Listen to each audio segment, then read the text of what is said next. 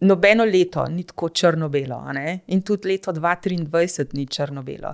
Res je, torej vpeto je v 2 retrogradnosti Merkurja, zato bo to, kako poslušamo, a ne? Pa kako komuniciramo, ful pomembno. Pa kako prevajamo zunanje informacije, ki jih dobimo, a ne?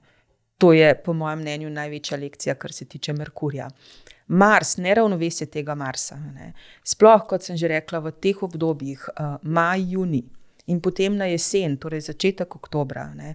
Zelo paziti na to, da smo bolj previdni, da kako izražamo tudi svoja jezna čustva, kako dejansko uravnotežamo to ognjeno energijo vse, pa, ne? Da jo znamo v bistvu balansirati.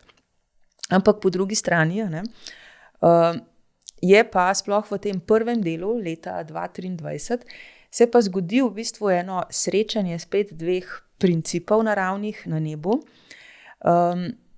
ki se tudi, mislim, da se bo naslednjič zgodilo čez 12-13 let ponovno, ne? Torej to ni nekaj, kar bi se kar vsako leto ponavljalo. In sicer na nebu se v svoji najvišji kvaliteti po sideralnem zodiaku srečata Venera pa Jupiter.